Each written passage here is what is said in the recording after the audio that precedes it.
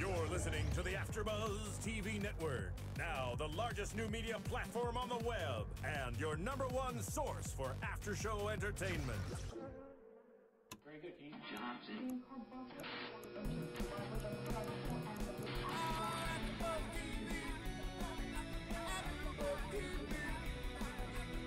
From the AFTERBUZZ Studios in Los Angeles, California, presented by Maria Menounos and Bing.com, and streaming live thanks to Akamai Technologies. This is AFTERBUZZ TV's The Celebrity Apprentice After Show.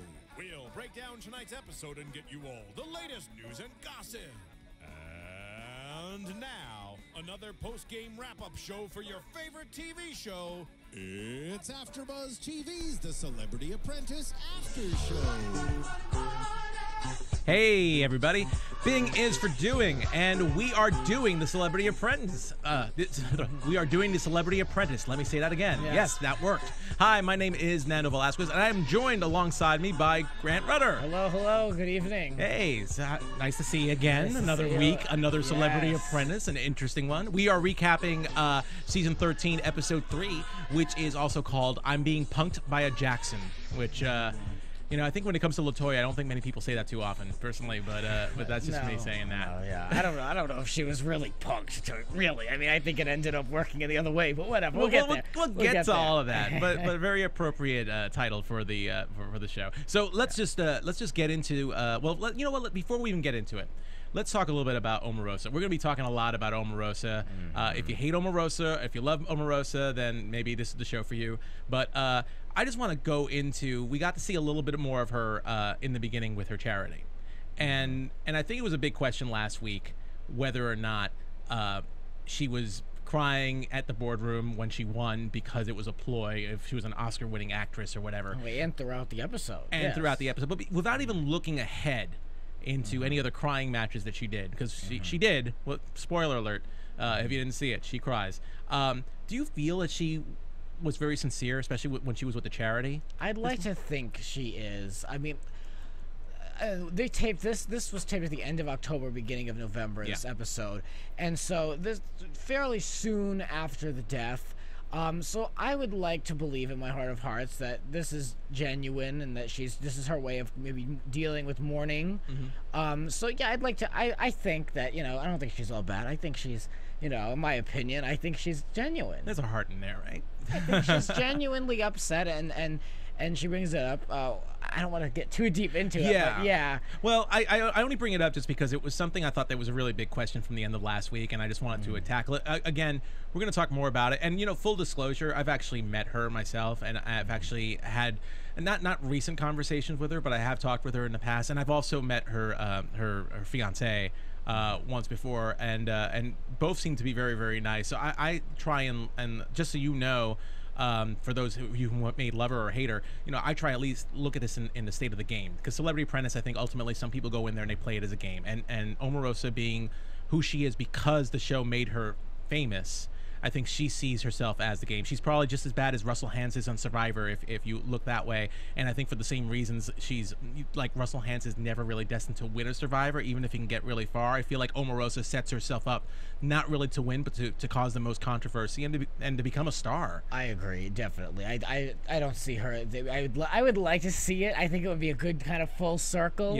In the perfect worlds, but yeah, I don't. I think there's a certain quality like what Arsenio has. Like he never really, he showed his teeth, but he never really turned on anyone like a snake. Oh yeah. And so Donald, that goes back to the brand of the show. That goes back to a lot of things. So I think she's there for other reasons. Necessarily and other that's reasons. fine with me. And we'll talk much more about Omarosa. But let's talk a little bit about this week's task, because it was an interesting one. I want to say I actually discovered Crystal Light Liquid yesterday. I went to the store and I was buying something else and I saw it there and I thought it was really interesting. And then lo and behold, Crystal Light is the sponsor, I guess, in charge of this task. So the task for this week was to set up. They were the stars were supposed to write and direct and act in a 5-minute soap opera that was going to be performed in front of a live audience, and it was going to be I have it right over here. It was going to be to support Crystal Light Liquid, and they had 4 different flavors to choose from, and they were going to be judged on audience reaction, creativity, execution, and brand messaging. And each team was going to have a real soap opera actor or actress on their team. So one team was going to have Jack Wagner, and the other team was going to have Susan Lucci. So two pretty established soap opera stars, a little extra all-star celebrities on Celebrity Apprentice. I liked it because I used to intern on those soaps that both of them were on, so it was cool to see them on there. I don't know. I like Lucci. I like her. And Jack's good too. I think Lucci's hot. So I don't care. You know, I know she's been around for a while, and she still looks gorgeous and beautiful. She's still marketable. She's still out there. I mean, good for her. She's working. She's making money, and she's still over on the East Coast where she wants to be, but yet she's still got great exposure. People who don't even give a crap about soap operas, I think, know who Susan Lucci is just because of all the Emmy losses that she's had. Yeah. Well, she's on Hot in Cleveland, and she's making her. I think she was on a few Lifetime movies, so I think she's great. Good for her, and she's a New York girl, so I like to see her on the Celebrity Apprentice. You know what? It happened with Dee Snider. He started as a cameo a couple of seasons ago, ended up in 2 Celebrity Apprentices. So maybe we'll see a Jack Wagner or a Susan Lucci in a future Celebrity. I mean, those state of soap operas nowadays, maybe they'll be going to reality. Who knows? Jeez, Lucci on The Apprentice. That could be interesting. I think that'd be fun. She's sweet, but I could see her. She's learned a lot from soap operas. I bet you she can have a little conniving streak if you wanted to. Yeah. Mm-hmm. Same thing with Jack Wagner. But anyway, so that's the task, and the judges that were going to be there, Donald's assistants this time was going to be his daughter Ivanka, who's there almost every week, and joining for the first time, whoop whoop whoop, Arsenio Hall, who of course has a show to plug coming out, I think in September. Yeah, which was quickly that was quickly checked off. Donald let everyone know that he's successful from being on The Apprentice. He's got a new show. Okay, now we can begin. It's a great success story. I gotta love it, and I love Arsenio. He's probably one of my favorite winners out of all of them. I love what he has to say. I think he's an incredibly smart guy, and I think it was very fitting that he was in this task too. But anyway, so project managers. So let me ask you what you think of these choices, considering who was on each team. So it seemed like both teams had problems with this one. This is not one that people really jumped up at. You could see the conversations on both. But so for Plan B, Stephen Baldwin ended up getting it out of all that. And that was a team of mostly actors. What do you think about Stephen doing that one? I don't think it was a bad choice because, like you said, they were mostly actors, so they could go out and do their thing. And you know that if someone, I mean, let me think of someone like if Busey was if he was the PM, like, a comment would come across like, well, why weren't you not in it? Like, so that was a good choice that he was, not the PM.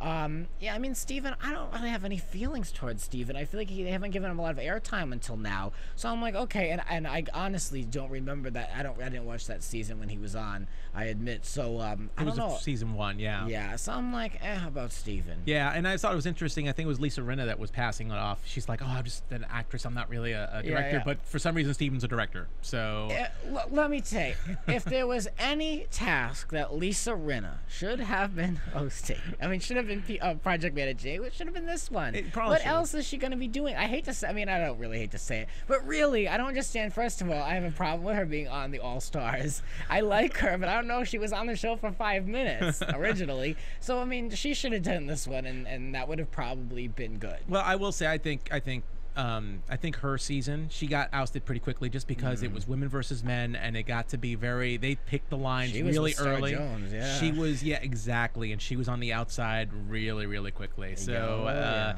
so I could totally get her coming back. But let's talk about Power, because Power also had a very, I mean, they didn't really have as many actors on their group. So the person who stepped up was, I guess Omarosa couldn't do it again anyway, even though she's apparently a Shakespearean actor, according to her confessional, and she's been on the cover of soap opera. Yeah, the cover of soap opera. I love how she said that too. I love the Shakespearean actor thing. I thought that was even bigger. Passions, she was on Passions. She was on Passions. Oh, totally. But LaToya took over. So interesting choice, I would say. Also, I guess no one else really. Can't think anyone else really stepping up for this one. I really can't think of anyone either that it would be appropriate for. So yeah, all right, bring her on. Bring her on. And you know what she needs to show? She actually has shown a lot this season, more than she did her season, where she was a lot more quiet and demure. And now she's taking a stand. She realizes she needs to do something. So really, really interesting. We're going to talk about the team strategies and what happened. But first, let me just mention that if you're not watching this on streaming or on YouTube, you're probably listening to us on iTunes. So if you are, thanks a lot for listening to us. Subscribe if you haven't subscribed. If you have, please rate us. We love 5 stars. Feel free to comment. Let us know about the show, what you think. yeah, we'd love to hear from you. And we have about like 59, 60 other shows that AfterBuzz does. If you have a favorite show on broadcast or cable, chances are we're doing an AfterBuzz on it. So take a look at our list and see if there's anything else you like. And thanks again for listening. Let's move on here. Right. And let's start with, I feel like Power got a lot this episode, but let's talk with Plan B with Stephen Baldwin, first of all. So things that I kind of thought was interesting. I mean, it was great to see Stephen Baldwin stepping up a little bit. He is always... all right, he's a little bit of a, in my opinion, a reality whore. He's been on a lot of shows, including The Celebrity Apprentice. But you know, he is an interesting character, and he is a little manipulative. He's another one that likes to play the game. He came in here and said that his strategy was to be dominant. Yes. So he threw his weight around for the first 5 minutes. I love that he called himself Gordon Gekko, Ruthless Psycho. Yeah, I don't know if he was that ruthless, but okay.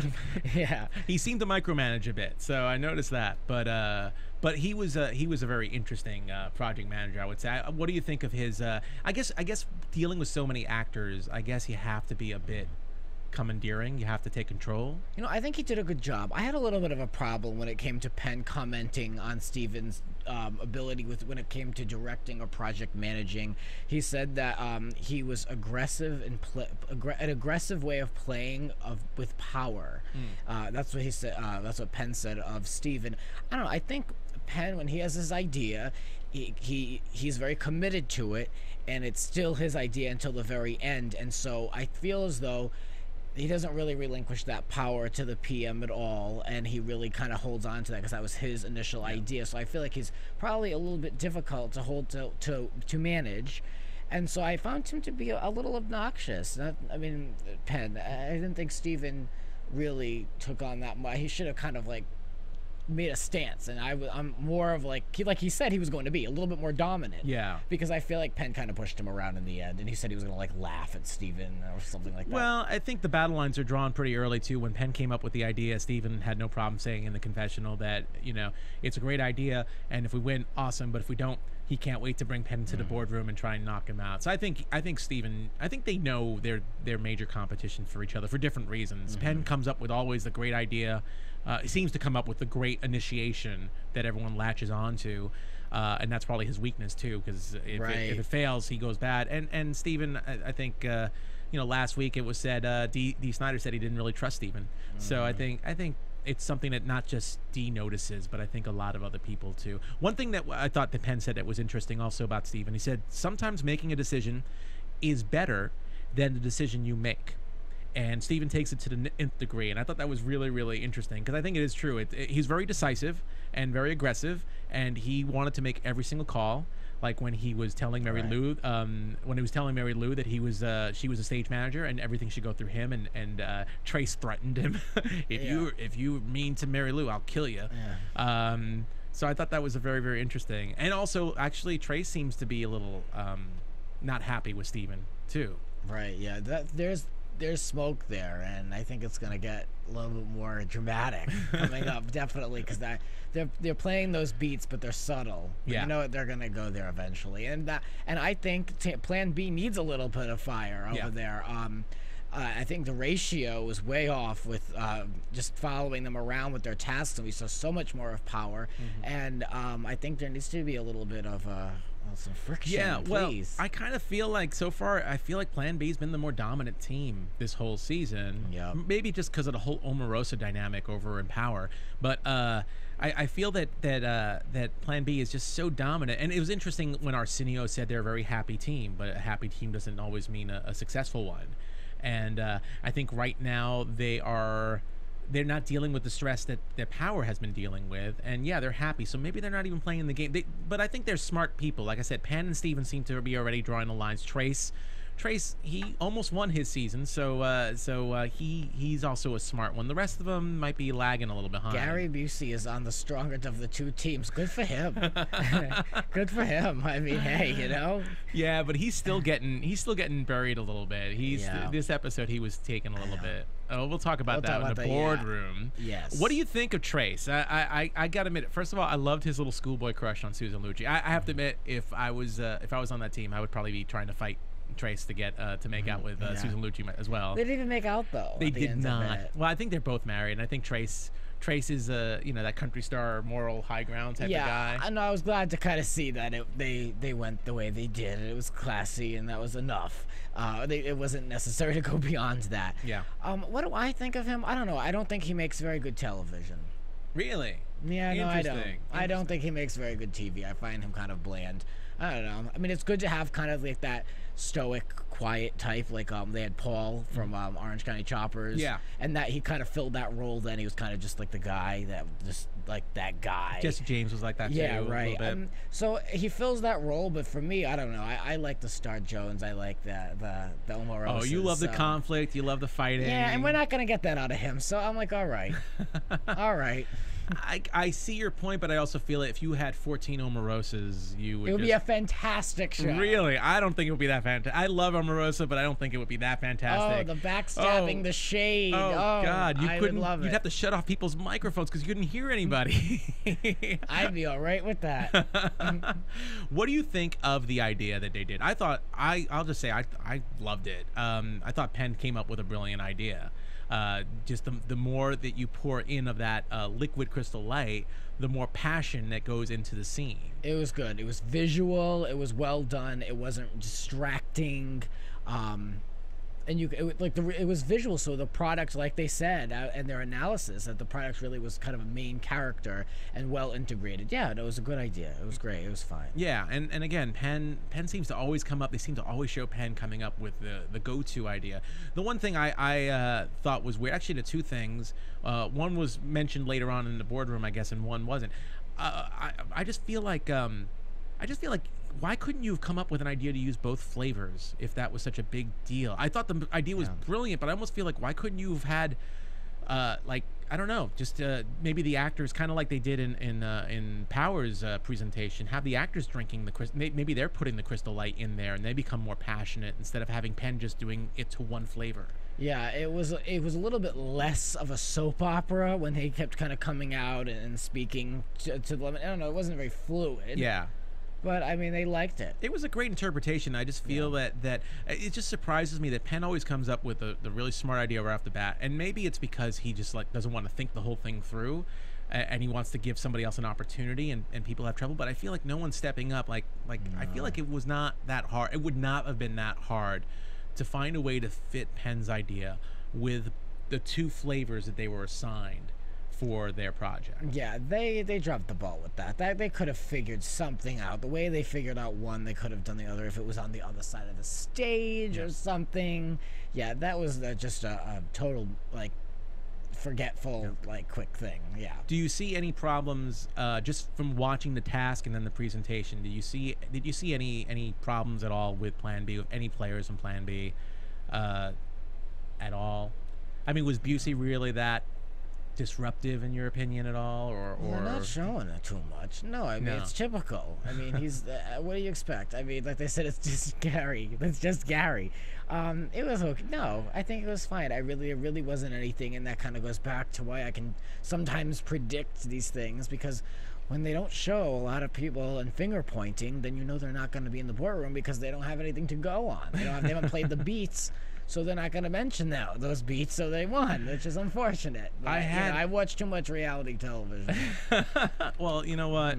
I do too, so I can't complain. You know, one thing, I can't seem to find it right now, but I loved Busey's line about being an angel in an earth suit, and then there was something else about the whole angel thing. Oh, I can't find it right now, but I just thought him talking to Mary Lou when they came back originally, I thought it was just that was the Busey line of the night, I think, being an angel in an earth suit. I liked winners do what losers don't want to do, because I had to really think about that. And I still don't know if I fully get it. I'm not sure I get that either, come to think of it. Apparently, yeah, because that was his reaction to after Steven said he did poorly. I don't know. I felt bad for him, but we can go. I think later. He's I think he's awesome. So I'm glad he's on the show. I'm totally glad he's on the show. Oh, here it is. I have it here. Hold on. I found it in my notes. He was injected with love from angels. That's what the line was. I think that's awesome. That's very Cupid of him. Yes. So his lines are very visual. You have to think about them and then see them. That's how I feel. You know, I gotta say, the guy's been through a lot. He has been through an awful lot with his accident and surgeries and everything like that. But I will say, you know, he has trouble sometimes communicating certain things, and he's so passionate in everything he does. But I'd say, like, I think I would buy a book of Buseyisms. I really would. I think he has some really witty stuff to say. Some of it's out of context. I will admit some of it is out of context. Now he's great for TV. On the opposite of Trace, I think he's great for TV. So 14 Buseys would be okay too. Is that what you're saying? No, because I need Caddy. I need arguments. I mean, he's not gonna start Twitch, but he's a good one to keep around. He's three-dimensional, and that's what I think a lot. Honestly, I think a lot of this cast. I said this before. Lacks is more three-dimensional people, like someone like Mary Lou. Like, I don't see her doing anything. I see no benefit to her being on the show personally at all. I need some people that have different sides to them that can be revealed. People that are going to go there and really make a comment. People you're not going to see coming. Yeah. And with her, and a few other people are just kind of there, like even Lisa Rinna. You know. Well, I'm hoping to see more from Mary Lou. I personally have a crush on her. I have had a crush on her ever since Taxi, so she still looks great. Yeah. Before my time. I'm a little older. I can remember stuff. Not as good as Mary Lou apparently, but I can still remember stuff. Now that is interesting. I will give her that. That is an interesting trait she has, that she can remember things. Yeah, dates. I think that's a great talent. I can't wait. Maybe she'll become project man. I would love to see that skill being utilized somehow in a future project, if so. But I like her. I hope. I mean, as long as Plan B keeps winning, I figure she'll be around. But I hope to see more of her at least. We'll see. Yeah, we'll see. All right, so we got Plan B down, and I think they had a great, solid idea. I think obviously, because people like you love to see the train wrecks, love to see the cattiness, love to see all that stuff, they gave a little more screen time to Power this week. I have tons of notes on Power, but yes, absolutely. So Latoya was project manager, and what do you think? How do you think she handled, without getting into? She obviously had some problems with Omarosa, but overall, how do you think she was as a project manager? Especially, did you see her season, her original season, by the way? Yes, I did. I think she stepped up. What do you think? I do. I didn't hear enough of the feedback from like someone like Brandy or anyone else on the team. So other than the Omarosa thing, which was very much highlighted in bold print, there really wasn't much else that I saw of her like doing. But I mean, she wasn't awful, and she answered the questions as they were asked, despite being tested and being asked multiple times to clarify and let us know, and we need to check in. She got a little frustrated, but she did it. She answered the questions, and she didn't get tripped up. Yeah. I don't think she got tripped. I will say that based on the clips last week at the end of the episode, they made it look like it was a big fight was brewing between the two of them. And that being said, it still was pretty juicy. It still was pretty good. I wouldn't say it was as climactic as we were led to believe. They seemed to have that one interaction in the beginning, her and Omarosa, when Omarosa was trying to control the idea and control being an actress or an actor in the script, because she was so talented, because she's done soap operas before and cover of Soap Opera Digest and all that stuff, and also wanting to go shopping over staying behind and helping with the script. But what do you think, when those two got at it? That was a really interesting interaction. Well, she played it right. I mean, she just meaning Omarosa. I think Omarosa played it right. I mean, she just kind of sat there until she got up, but she wasn't the first to get up. Mm-hmm. And I think it was good, but really it was a blink and you missed it moment. But I think.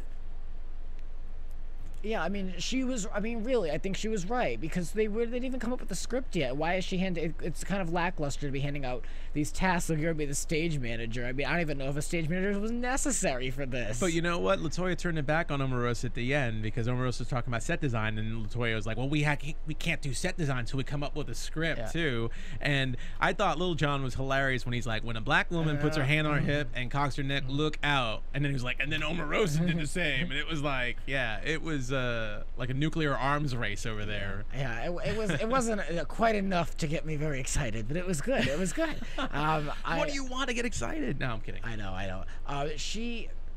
Latoya, what can I say about her? This was her big reality TV moment. You know, that it really was her big moment to show her that she wasn't going to take it. And now she'll forever have a feud with Omarosa. Oh boy, do you think that she won that battle though? I mean, the title of the show is "I Got Punked by a Jackson," but do you think Omarosa came on the losing end of that altercation? No. Oh, I think Omarosa made out fine. She's still standing, and she got to go and pick out clothes like she wanted to from the beginning. She put on her white Chanel shades and walked out the door. So I think she won that one. I mean, it was on the show. It said the opposite, but I think Omarosa got that one. But I mean, there was, I don't know. I mean, like, it wasn't like a huge war, so it doesn't really make a huge difference. I don't know. I kind of think we needed to see LaToya with some claws, and I think she showed them. And I think Omarosa, even when she wins an argument, she still is vindictive. So I think regardless of what would have happened, she gets. But I think she was she was a little surprised. I mean, she was calling. I love though. She's calling LaToya Boo. Come on, Boo. Yes. And all those little things. Boy, And she was really, really adding fuel to the fire. And she was like mocking her for being like speaking up, and she's like singing us the song. Now she you was be like, quiet. Oh yeah. She was like kind of like throwing the song. One of the songs, I can't remember what she was singing, but it was really kind of like she was throwing shade.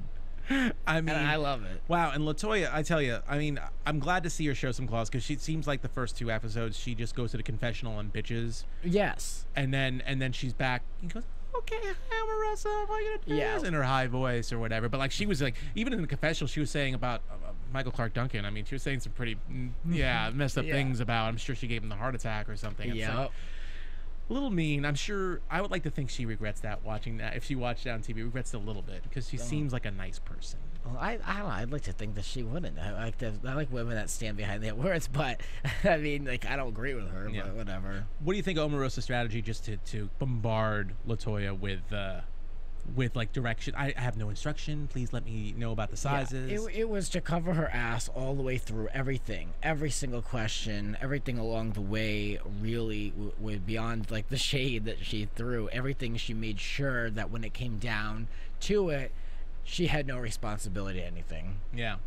And so, I mean, that's smart. This is a woman who's played the game twice before, right? And knows how to do it. I just feel like, and we'll get more into this in the boardroom, but I just feel like, when you do that too much, everybody else on the team sees that. Oh, and that's the worst thing you can do. I mean, this is a woman who doesn't really have an ally right now, and she's playing the game like typical Russell Hantz, me against the world, from Survivor. You know, me against the world. Claudia called it right out when they were. She had a stand-up interview outside of Lauren Taylor, and she called Omarosa out for everything she was doing. How she was asking a lot of questions, she was making sure she wasn't responsible, she was like, double checking so she could really cover her behind, and she was pushing LaToya's buttons. And so, I mean, the secret's out, so I don't know if she can get away with that for another week. So it'll be interesting to see how she goes about the next task. But she set her sights on LaToya. Yeah. So I don't know who she's got her sights on next. I mean, so right now it might be Claudia. It might be Claudia, but let's talk about, just to split it up a little bit. I mean, is there anything else other than the whole Omarosa and LaToya thing we could talk about for hours? How do you think the rest of it? I mean, Dennis, we didn't see much of Dennis again. I mean, when he shows up, he's a pretty bright light, though. I would say he has stepped up in comparison to his season. He's good in the boardroom. Yeah, he's good in the boardroom. Sometimes he can't be. He can't articulate 100% what he's talking about, but I think he's very passionate when he talks, and that comes across with whatever he's trying to say so far. And then I guess Claudia, we got to see a little bit of Claudia this episode too, especially when she stepped up to act. Brandy, I think, is great. I think she was pretty strong in her season too, as she reminded people toward the end of this episode. I'm coming to like her. I didn't dislike her, but I'm really seeing more of her. Yeah. Unlike someone like Mary Lou, I'm really actually seeing what she can bring. Yeah. Go ahead, Kyle. And then Little John, he got to direct this soap opera, and he can be a very quiet guy, kind of like a Trace. But he's not as but when he does get to talk, he's pretty colorful. I really like what he has to say. Yeah, and he's so I think he's got a good personality. It's good enough for reality TV. Yeah, I mean, he's not stoic like that, like Trace. So it's like, I could take or leave. You could take or leave him. I get that. That.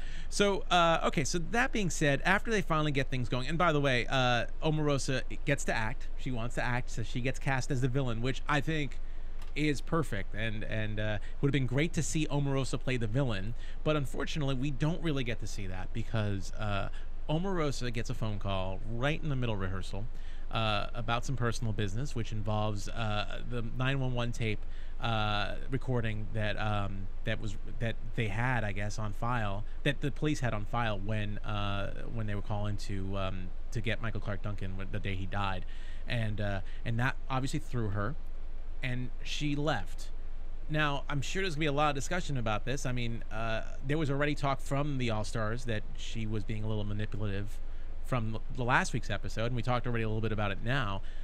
It's really interesting, I think, to decide if that was an emergency enough for someone who came on here to play for his charity to escape, especially after all the altercations with LaToya. Just didn't seem like she was vested in helping with the task at all. What do you think? I think she was right to leave. If that's what she felt she had to do, I don't think it really, honestly, if that was really and I think that's an invasive thing. Have you heard it, the tape or anything like that? I didn't get a chance to hear it, and not that that's something I would go out and look for. I wouldn't either. But I could understand it being something very, very personal. I don't know what was on that tape. She made it almost sound like he was on his voice was on the tape. Final moments. She used that word. And yeah. I would, I had a loved one pass away, and I had some audio, not of a 911 tape, but an audio, and that throws me just hearing that audio of that person. So I could only imagine that it must be big. So yeah, I feel like that really was a moment for her to kind of like, when you hear something like that, and if it really bothers you the way it bothered her, which I do believe, you're not thinking about strategy at the moment and figuring all this stuff out. Like, you gotta go and deal with it. Now, whether it had to be dealt with as long as it was is beyond me. I don't know. She was off camera. We didn't see. She wasn't really speaking about it in confessionals, so I don't know. But I mean, I think it was genuine. Again, I'm vouching for her. Yeah, I'm trying. Well, I gotta admit, I mean, I'm not heartless. And plus, I felt for her at the end of last week's episode. I really think that her tears when she won were tears of joy and tears of sadness because of what she's been going through. And it seems like he passed away a short time before the taping of this, so it's completely feasible that around that time the 911 tape, if a 911 tape was released, that it would be too soon for someone like that to really comprehend and deal with. I would say that's grounds for something to have to deal with. Yeah. So yeah. My question though is, I guess I don't really have too much of a question about her leaving. If she has to leave, she has to leave. It's not the first time an apprentice has left. No. For a commitment of some sort or for a personal matter. I guess my question is, why did she come back 5 minutes before the performance to do it? That felt more like, I just question that almost, because I understand not being a quitter, not choosing not to quit, but I also understand the fact that people do get a free pass once in a while and get to take a week off. Do you think that was to throw LaToya at the last minute? I don't know. I don't, because if it was, first of all, they had Claudia all set up, right? That was Claudia that filled the role, right? Claudia filled the role of the villain. So yeah, I mean, and so if she wanted to be an actress as bad as she did with her background, yeah, it didn't work because they didn't put her in the role. That Claudia did anyway, so it really didn't throw LaToya off. It wasn't a problem. Yeah. So I don't think it was like a last minute thing to really kind of like throw LaToya off the rails. But she showed up because she had to be there for her team. Yeah. And so I think it was legit. Again, I'm going out on a limb. I'm trying to make, to like believe that there's like, goodness there. Yeah. And I think there is, and I think the reason why she left and what she was dealing with was valid. I tend to agree with you. I feel that way. My question still is just, why come back at that moment? And unless you want screen time, I hate to say it, but I just feel like, and why set yourself up for the fire? You just went through a big emotional experience, and you pretty much know that someone who knows how to play the game as well as Omarosa does, and knows how to throw people under the bus, and knows how to fight, and knows how to pick at whatever was lacking in the team and throw it at people's face in the boardroom.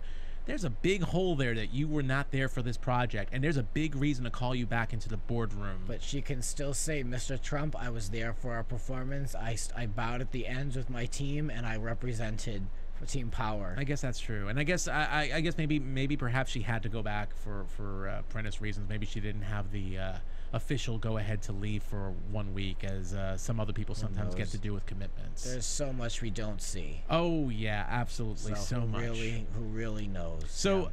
Let's talk about the concept or the performance of Team Power, because I thought it was very interesting. They turned it into a drinking game, which I thought was I thought it was a fun idea, but I felt like that it would involve the audience all having Crystal Light liquid and drinking along with it. It put the product in the audience's hands, though. They even said it was like pushing the product. So I thought they were gonna earn some major points for that, which that wasn't even brought up in the analysis. Yeah, I guess that's true. I didn't see any audience members drinking along with them. When I did. Oh, you did? I must have missed that. Maybe I was just paying attention to the dun dun dun every 2 seconds or something. But I thought it was interesting. I just felt kind of like what they said at the end, that it wasn't central to the. It wasn't a central figure in the whole show, and I felt the branding was a little miffed. And I do agree with the fact that when you hear that, even when we were hearing the dun dun dun over and over again in the show, I felt after a while I was like, okay, enough already. Oh, so definitely. I can only imagine hearing it 40 times in a 5-minute sketch. Yeah, I mean, it was over the top. And anybody, especially Little John, the director, correct, for this task. I mean, anybody could know they have to pace that out. I mean, it's too much, especially if you're going to make people do things. Never mind just having a an audio effect that many times. But yeah, I mean, they found that performance, and I agree, to be, the brand was really kind of lost and it was rushed. And Latoya came out and she was speaking the name, or she was trying to say the name of the flavors, and she butchered it, but she said it in a weird, like, accent. It wasn't like her voice. Maybe she was trying to be, like, dramatic, but it just took me out of it. And I think she was the weakest link of the whole performance. I was going to say, do you see any weakest links or other than Omarosa or any stars, I guess, in there? But I guess... Well, I mean, in the performance. In the task, I'd have to really examine it again a little bit. But, I mean, in the actual performance, I don't know. I mean, she looked good. I mean, the hair needs some attention, but I don't know. I think they set her up, though, because she wrote some of her lines in her hand. So I think they set that up editing wise as she's gonna mess up somehow, even though it wasn't brought up later on as a factor. Surprisingly, it wasn't brought up as a factor. Not when they had the 3, but when it was announced who lost, that did come up. Oh, it did? Okay. Because Omarosa had mentioned, like, you couldn't even say the names, you didn't even know the correct branding of the product. Well, I just felt they didn't really put. I could be wrong. I felt they didn't put that into light in Ivanka's notes when they were saying they messed up the branding, but I didn't think they meant Latoya. I believe it was mentioned. Okay. I'm almost positive, all right, but maybe not. It's possible. Yeah. I probably messed that up. Anyway, so that being said, I guess we move on down to the boardroom. I gotta say, I mean, obviously, they've been setting this up the whole time. It was going to be more Omarosa, more Latoya. I think anyone, if you haven't watched the show and you like just listening to this podcast up to this point, Plan B won.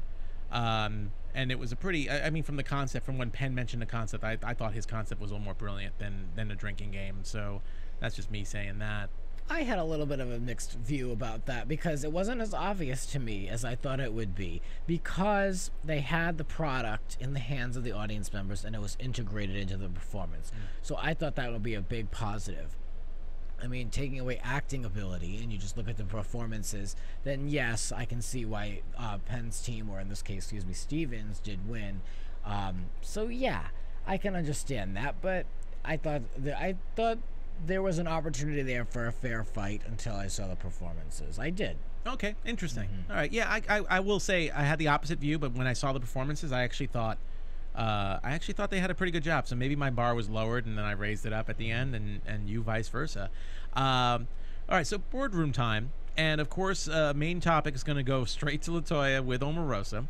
One thing I thought was really interesting, and this is probably saying a lot for Omarosa. She actually said she respected Latoya for speaking up with that whole altercation. I thought that was it was a good line. If we're in front of Donald in the boardroom, yeah, what's she gonna say? I have no respect for her, because then Donald will go, she's an entertainment icon, you know. Like, I mean, so yeah, she's smart. She's smart. Interesting. I don't know, because I mean, especially since LaToya feels that Omarosa, that Donald bends over backwards for Omarosa. I find it interesting that Omarosa would have that tactic on LaToya, but I guess I could see that. You know, pretty much the whole team was more or less against Omarosa because they saw how different the team reacted when she was gone. And Claudia couldn't handle the controversy going on and the altercation, which was a quick back and forth. Yeah. But she couldn't handle it, and allegedly those two are very close, are friendly. Well, we've seen them tweet at each other. They were hanging out the past couple of weeks. They went out to a club for the premiere. We reported that the first week. So with Brandy, who seems to be another friend. yeah. Of all things. So I mean, it was interesting to see, like, you know, Omarosa didn't even really turn towards Claudia, but she like her body, but she just moved her head and just kind of threw enough shade, threw enough like a little insult at her, just enough to shut her down about how, like, it's a Celebrity Apprentice, all stars, and that's how you have to be, and then that was enough for her. So I liked that. Yeah, because I like seeing Brandy kind of get a little upset, because I mean she is getting involved again. Yeah, she was involved last week, and she had no reason to be with was it, who was she Dennis involved with? Dennis, in the bottom three. Yeah, right. I mean, especially when everyone kept saying she was a star, when LaToya said she was a star, and even Ivanka said that the Crystal Light people said she was the star of the team. So Brandy. Yeah, Brandy. I mean, but what I thought was really interesting about that whole altercation too is Claudia and Brandy having that little conversation on the side, which they had to subtitle because it was so quiet. And I almost feel like because those two seem to know Omarosa more, that maybe I felt like maybe they do feel that Omarosa's playing a little bit. She's playing up her position and what she's been going through a little much. Because Claudia did make some comments about, why are you here on Celebrity Apprentice? Why, you know, and I'm kind of hoping to see if that comes to light. Obviously, they're still friends, so either they had a big brawl later on in the season, and they made up, or maybe it just was overblown. I'm not sure. I'm having a little revelation. I think maybe that instead of, like, 'cause I know I was pretty easy on Omarosa so far, and I was thinking, you know, she's being genuine, this just happened to her, she's dealing, and she's just, you know, she's just going through the motions. But I definitely think there's a degree that she is using this to her advantage, because, and she can justify this because it is for the Duncan, for the South Chicago. Yes. So Sue Duncan. Yeah. So she can get away with it with that justification. And so I definitely went easy on her earlier, and I feel as though now that I'm really rehashing this with you, that there's a degree of her really, I think, milking it in certain ways. We heard that Donald didn't see tears. Crocodile tears, I think, was mentioned. Maybe, though I don't think they saw any tears. Yeah, Arsenio, I think, said he didn't see any tears. I thought it was Donald, but maybe it was both. Maybe it's both. I'm not sure, but yeah. So I mean, I think I'm coming to this realization as I'm speaking, but I think there's something there with her, that she's got the emotion there, but maybe it's not like cry-worthy. Maybe it's not 100% for this moment in time. Well, I feel like when she was saying, if you ask me to choose between Michael and The Apprentice, I'm going to choose Michael every time. I did feel that was a little crocodile. I felt last week was more sincere. I felt this week was a little more like that was her way of defending. And I totally get later on LaToya not choosing Omarosa because of that moment, because I could see that being a sympathy card and not knowing. But let me move on really quick to we could talk about them for an hour. One real quick thing, though. I think Arsenio really didn't have anything. He really wasn't, like, baiting her. I think she just kept kind of going on and on. And he really, I don't even remember what he asked her, really. It was just, he was just, like, talking. Well, Omarosa's great at just changing the subject or manipulating the question to just suit what she wants to say. So, yeah, I mean, I kind of felt bad for Arsenio because he was like, I didn't even ask that. Now, let's go over to Plan B really quick, just because I think the one thing that we could say about Plan B was just it's a question that Donald always has to ask everyone. Who's the weakest link? And it's, Gary, everybody up and down the line went to Gary again. And do you think this guy, this happened his first season. It's happening again. At this point, you saw it really affected him this week in particular. Well, you wonder who would be the weakest link if he wasn't there. That's what I wonder. I almost want Donald to ask that question because I feel like let's not put Gary in that position. Yeah, I feel like it's an easy answer. Yeah, they can get away with it. And I feel like they're really, I mean, he broke down at the end and he put his head on the desk and yeah, he was really shocked when Steven said it because he called Steven an innocent champion of honesty. Yes. Another great. And one of the most brilliant directors he's ever worked with for a 5-minute soap opera for Crystal Light. But the only thing Gary can do from this point is be the next project manager to kind of show people that because they're going to continue to say it. Yeah. And so that's the only thing he can do. If he wants to prove to himself that he is as brilliant as he claims he is, yeah, then he needs to be the next project manager. The only way that Gary at this point probably won't be the weakest link is if there's a switch around and he's on the same team as Omarosa. That might be the only way. And man. Dennis. So then at least you have a little bit of a harder decision. Because Dennis is another one that usually ends up being the scapegoat, but he's been pretty lucky so far. An extra line to throw in, an extra lamb to throw into them, or something like that. But at this point, it does seem like they're always considered the weakest links, and it's a little sad. I felt for Gary. I mean, as crazy as sometimes he is, and disruptive as he is, and like they said, Gary is Gary, and also it's just such a strong team at this point. There's no reason to show a weak link. That it's such an easy go-to guy. It's gonna be Gary on that side, and on the other side, it's gonna be Dennis and Brandy. And it's been Dennis and Brandy. Yeah. And I mean, but, and it shouldn't be Brandy. I don't even think. I know Dennis, but yeah. But they know that she's just gonna keep getting thrown in there for no reason, and that happens. Yeah. Sometimes they get on these jags on these shows. Well, this show, excuse me, where they put the final 3, and there's always like the perennial person that's always in the bottom 3, and then they almost always get out free, and it's kind of like a game like when Gary Busey in this season, he survived so many. Yeah. Well, it's like I said, I think last week, the most interesting and the most predictable thing about the boardroom is that nothing's predictable. Donald will keep whoever he wants for whatever reason, and maybe if this was a different competition, someone like Gary would be kicked off right away just because he is disruptive for whatever reason. Given his history and given what he's had to go through, he might not be the best person to be an apprentice, but he's in there and he's still competing, and Donald still keeps him in there because until he messes up royally. That's all he's got. But I really feel bad for him because he felt very disrespected. He felt he was disrespected in front of the whole team, and Steven tried to console him. He said, "Don't call me brother." But twice. Oh, God, it's terrible. So, okay, let's go back to the losing team, which was Power. Power ended up losing the competition, and LaToya having it out again with Omarosa. LaToya at one point saying, "If I'm project manager and you're giving me power to be project manager, shouldn't I have the right to fire somebody from my own team?" Go to commercial. Yeah, Go to commercial. Dun, dun, dun. I was I was curious on what was going to happen next, and then they cut back. She couldn't even finish a sentence. He's like, "No." And I was like, "Oh, there goes that." And I thought it was an interesting proposition, and that was really a last chance to show that she had the gumption as a project manager and the balls to be able to. I mean, it was okay, but I mean, it didn't work out for her. Well, interesting. She seems to be the one person that always thinks out of the box. I mean, she's the one person who got to come back to Apprentice and plead her case. And I guess if anyone could plead a case to fire somebody on the spot instead of Donald, it could be her. I mean, the whole team felt that Omarosa was the weakest link, and that would have been a no-brainer. But Donald wanted her to pick 2 people instead. And even though she said, "Can I have the permission to fire someone?"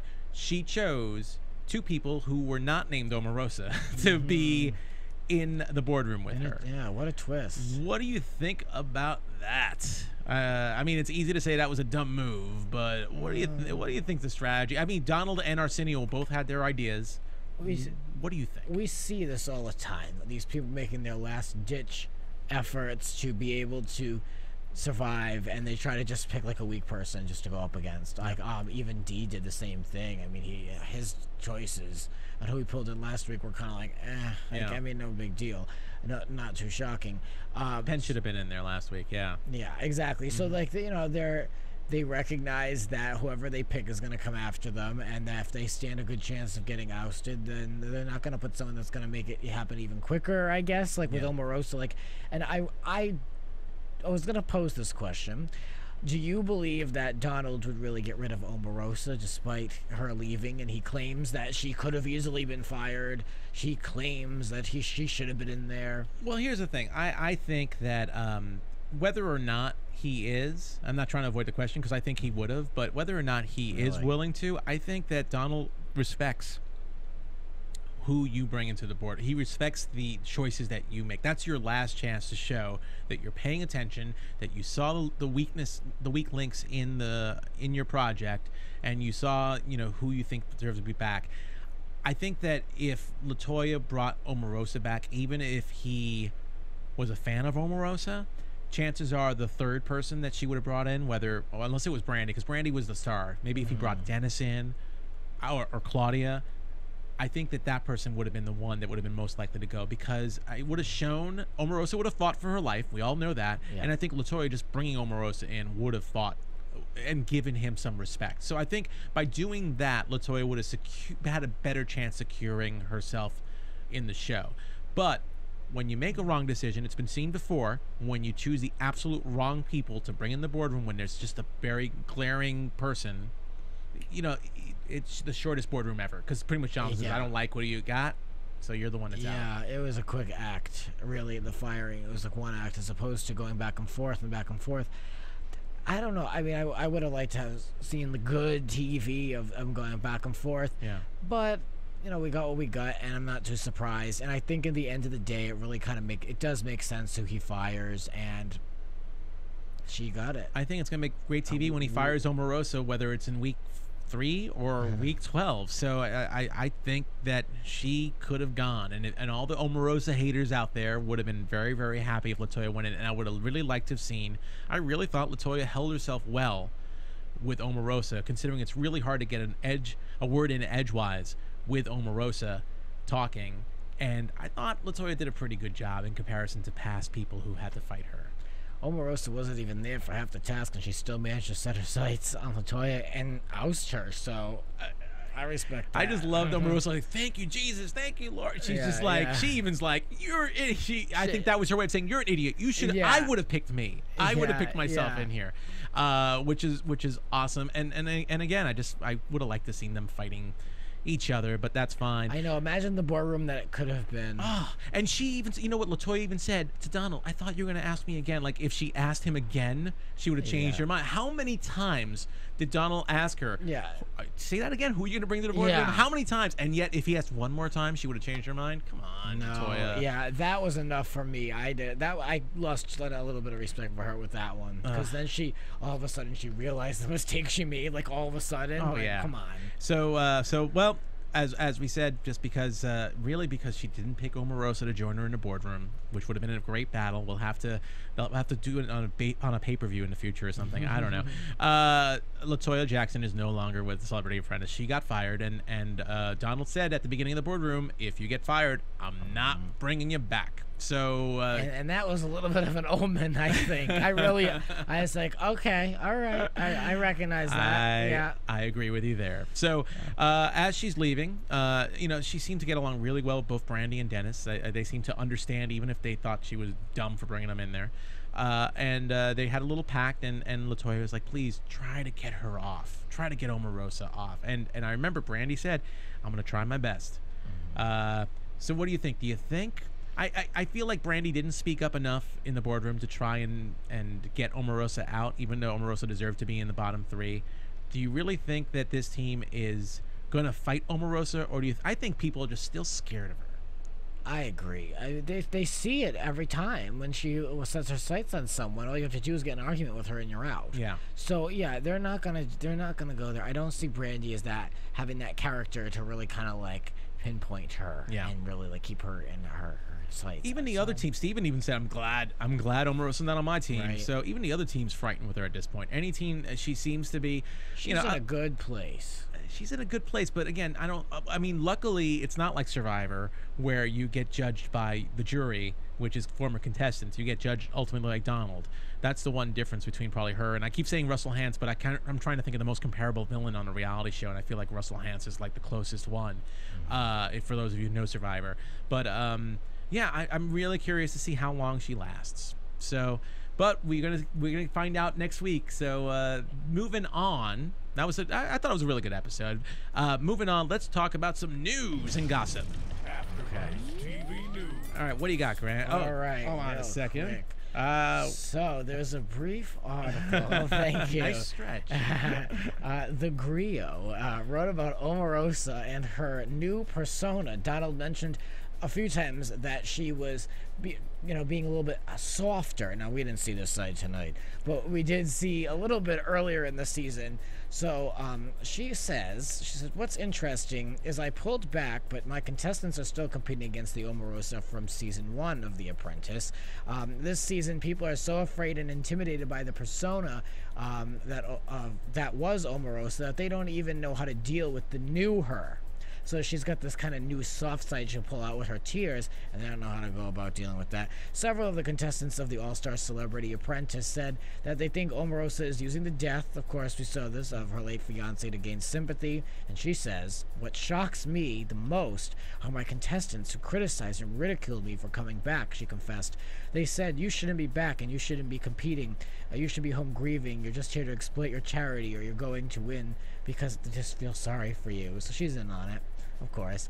And Latoya continues her narrative throughout the season, all about how much I think we're going to see a little bit more of her because it goes on and on. I think she might be back for one of those other, towards the end events. Yes. And so Omarosa doesn't end the interview without throwing some shade in Latoya's direction. She says, I also recognize that someone like Latoya Jackson would be very envious of the amazing love story that I had with Michael. It was really a fairy tale. I think every girl grows up and dreams of meeting a very tall, dark, and handsome, talented movie star or rock star, and that happened to me. Michael professed his love for me every day, in every interview and every opportunity that he had. He chose me and I chose him, and I can see how someone like Latoya Jackson would be very envious of this love story, of this love affair that I had with an amazing human being. Wow. What a line. She is...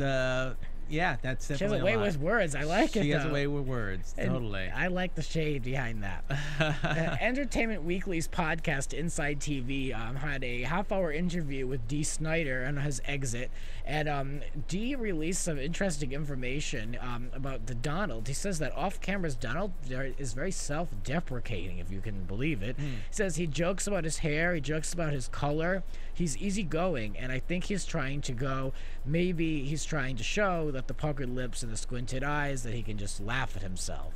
So he shows that a lot this season so far in the boardroom. It's funny, some of the lines of questions last week about the hair, right, and this week with the tats on Dennis, and then talking about all that stuff too. Well, we learned that Lil Jon's grill is removable. Yes, we learned that. And Donald, who knows? I'd love to see Donald with a grill. Oh, well, it'll never happen, unfortunately. Even the way Ivanka asked that question, it was like someone from a different world. Is that removable? It was so not in touch with any of that scene. I could see a grill that says Trump right in front. So every time someone looks at him and he smiles, you just read Trump. But that's just me. It would be all real, I don't doubt it. So Donald's creepy compliments and his comments, especially towards some of the women, were brought up in this interview, and Dee says that they can only cut so much out of the show. He continued to say, if they let the lips comment towards Lisa Rinna and get on your knees towards Randy, or who's looking better, you or Claudia, go by, they were a half a dozen worse in its place. Wow. So that was just a little taste. I guess these little odd comments that they called misogynistic. Let's get Donald uncensored. Let's see the rest of it, right? The uncut version of the boardroom. Yeah, I would like to. That'd be really, really interesting. So that's all you got. So that's our news and gossip. Let's move it along and think of some predictions. And now, your AfterBuzz TV predictions. All right, let's go with you, Grant. Let's go with you. So Omarosa's not going anywhere for a while.